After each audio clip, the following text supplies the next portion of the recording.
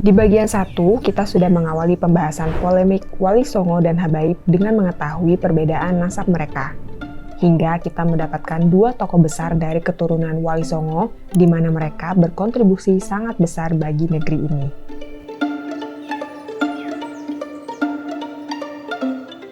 Muhammadiyah membawa pemurnian tauhid dan banyak meluruskan tradisi di Keraton Yogyakarta pada waktu itu. Sementara Nahdlatul Ulama dibentuk atas dukungan besar para habaib yang juga merupakan guru para kiai. Alasan mengapa NU sangat dekat dan mencintai para habib.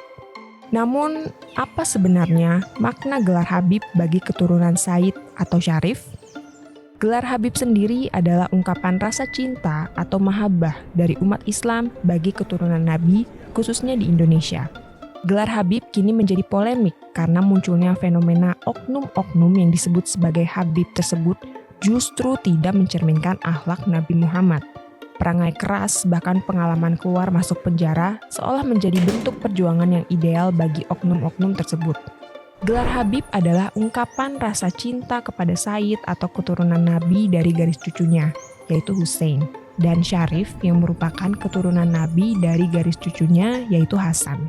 Kedatangan Habib di Indonesia menurut Ading Kusdiana dan Agus Permana dalam tulisan Jaringan Habaib di Jawa abad 20 tidak terlepas dari awal mula kedatangan orang Arab ke Indonesia yang pada umumnya bertujuan untuk melakukan perdagangan, di mana para pedagang dari Arab yang memutuskan untuk menetap di Indonesia, mereka menetap berkelompok di dekat pelabuhan.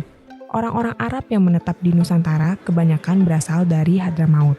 Mereka kemudian melakukan interaksi dengan kelompok pribumi dan mereka mengadakan jalinan kekeluargaan melalui proses pernikahan dengan penduduk pribumi, beranak pinak, lalu tidak lagi kembali ke negeri asal mereka.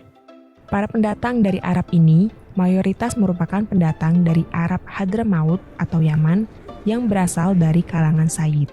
Sedangkan kemunculan istilah Habib di Indonesia diperkirakan ada pada sekitar awal abad ke-19 Masehi.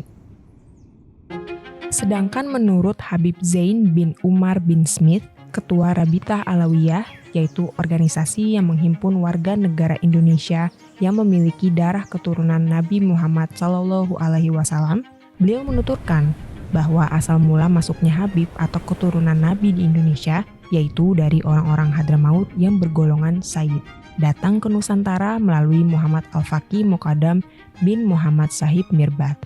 Meruntut silsilah dan sejarah keluarga, keturunan Nabi yang pindah ke Hadramaut dari Basra yaitu Imam Ahmad bin Muhazir. Beliau adalah generasi ke-8 dari Ali bin Abi Thalib dan Fatimah Az-Zahra. Dari keturunan Imam Ahmad bin Muhazir hingga sampai ke Muhammad Al-Faqih Muqaddam yang pergi ke Asia Tenggara dan Indonesia. Mereka datang melalui Aceh dan wilayah barat lainnya. Setelah itu, masuklah gelombang kedua di abad 19 dan 20 Masehi. Inilah yang membuat mereka yang disebut Habib atau pendatang dari Hadramaut Yaman tersebut menjadi gelombang dakwah kedua setelah Wali Songo dan para kiai. Peran Habib di Nusantara cukup besar pengaruhnya di tanah Batavia alias Betawi. Sampai hari ini, masing-masing kelompok tak bisa menghindar dari berbagai macam tudingan. Peranan kiai yang dekat dengan kebudayaan atau tradisi di Nusantara tak jarang mendapatkan stigma. Dari dianggap musyrik, bid'ah, sesat, dan bahkan dilabeli dukun yang menyamar bagi mereka yang kurang menyukai sosok kiai tersebut. Padahal, spiritualitas tak lepas dari hal-hal mistik dan niscaya dalam ilmu agama apapun. Bahkan, di Nabi Muhammad dalam perjuangannya menyebarkan Islam tak jarang disebut sebagai penyihir. Tudingan ini sering kali muncul dari paham pemurnian agama yang menganggap segala tradisi yang tidak diperlukan tersebut dimusnahkan saja. Ijtihad bersama mungkin menjadi proses yang tepat bagi pihak-pihak yang terlibat perselisihan semacam ini. Apalagi, kini agama kepercayaan yang memegang kuat tradisi telah diakui oleh negara. Di sisi lain, tudingan terhadap habaib seringkali pada rekam jejaknya pada era kolonialisme Belanda dulu dan kemewahan hidup oknum-oknumnya hari ini. Polemik terjadi misalnya pada tudingan Habib Usman bin Yahya yang dianggap sebagai kaki tangan pemerintah Belanda di Jakarta. Padahal kalau kita telisik lagi, manuver politik tersebut niscaya dalam hubungan antara pemuka agama dan pemuka negara. Seperti halnya pemerintahan yang butuh nasihat pemuka agama.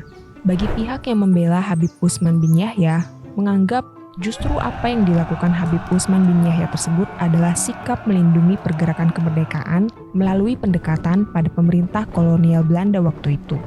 Kembali pada hari ini, tak jarang kemewahan hidup oknum-oknum habaib, juga mungkin para kiai, diartikan sebagai bentuk ulama su, atau ulama yang orientasinya dititik beratkan kepada materi, harta, dan status sosial.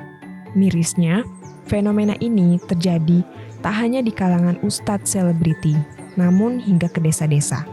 Namun di sisi lain, kemewahan juga dianggap menjadi niscaya, sebab mereka yang berikhtiar dan bekerja keras berhak untuk menerima hasil kerjanya.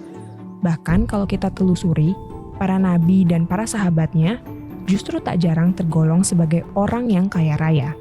Kedermawanan jiwa sedekah, ketulusan, dan cinta kasih merekalah yang membuat mereka mulia.